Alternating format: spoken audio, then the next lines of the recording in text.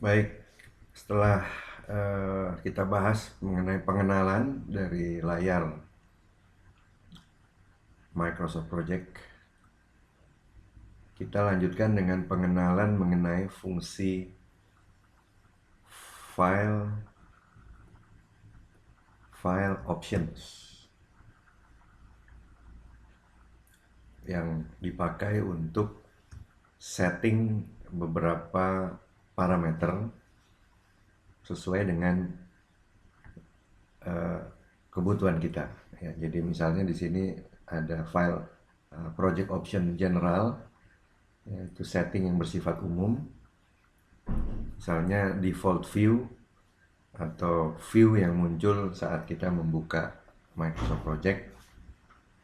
Di sini default view-nya Gantt with timeline. Bisa juga kita view dengan kita rubah, misalnya view-nya hanya Gantt chart, ya, atau view-nya misalnya resource sheet, ya, itu bisa. Kita kembalikan aja ke aslinya, yaitu Gantt with timeline, atau mungkin Gantt lebih familiar buat kita. Kemudian date format, ya, date format itu urutannya adalah tanggal, bulan, dan tahun. Username, initial juga bisa kita isi di sini. Nah, kemudian untuk project option display yang perlu diperhatikan adalah simbol mata uang. Ya, misalnya kita menggunakan US dollar, maka kita akan pilih USD di sini. Ya. USD. Nah, ini USD, ya. Currency USD atau currency IDR.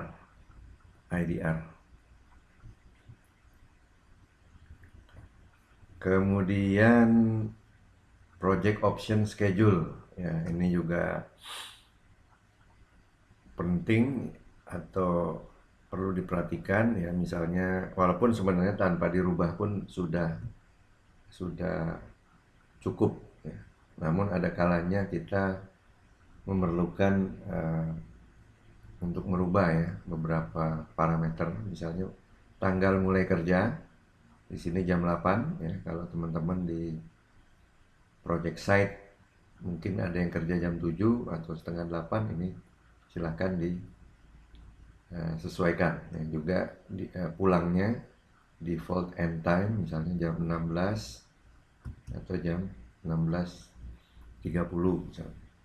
Jam kerja per jam, ya, asumsinya 8 jam, per minggunya total 40 jam defaultnya, ya. Dan juga untuk jumlah hari kerja per bulan itu adalah 20. Nah, jadi untuk settingan lainnya terkait project calendar nanti akan kita bahas di kesempatan lain. Ini adalah untuk default setup. Kemudian masih di project option schedule, kita bisa perhatikan juga default test type di sini. Default test type adalah fixed unit, ya. Saya sarankan sih kita rubah ke fixed duration, ya. Kita rubah ke fixed duration. Kemudian kita scroll lagi ke bawah, ya. Nah, saya rasa untuk sekarang cukup, ya. Kita mungkin ada setting calculate project after each edit, jadi kalkulasinya dilakukan secara otomatis, ya. Kemudian kita ke project option proofing, ini bisa kita skip, ya, kita skip aja.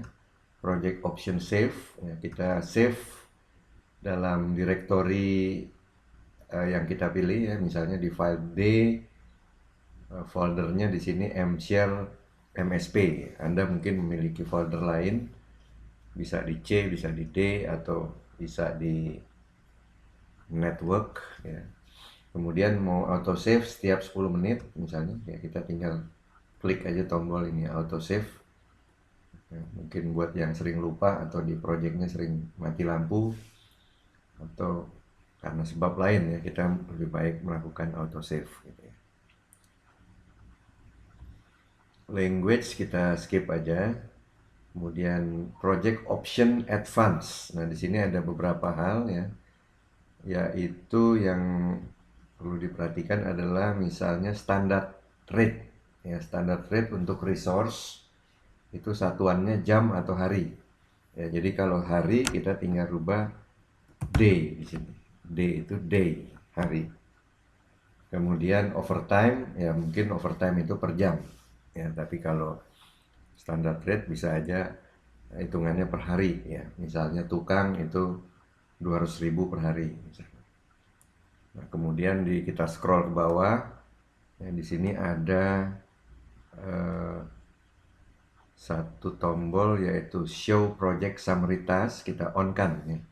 Kita on kan sebaiknya sehingga total durasi, total cost maupun summary dari project itu bisa muncul di baris paling atas, di baris 0 secara otomatis. Itu kalau kita hidupkan dari project option advance show project summary task ya. Nah, saya rasa itu dulu ya, kita oke kan ya.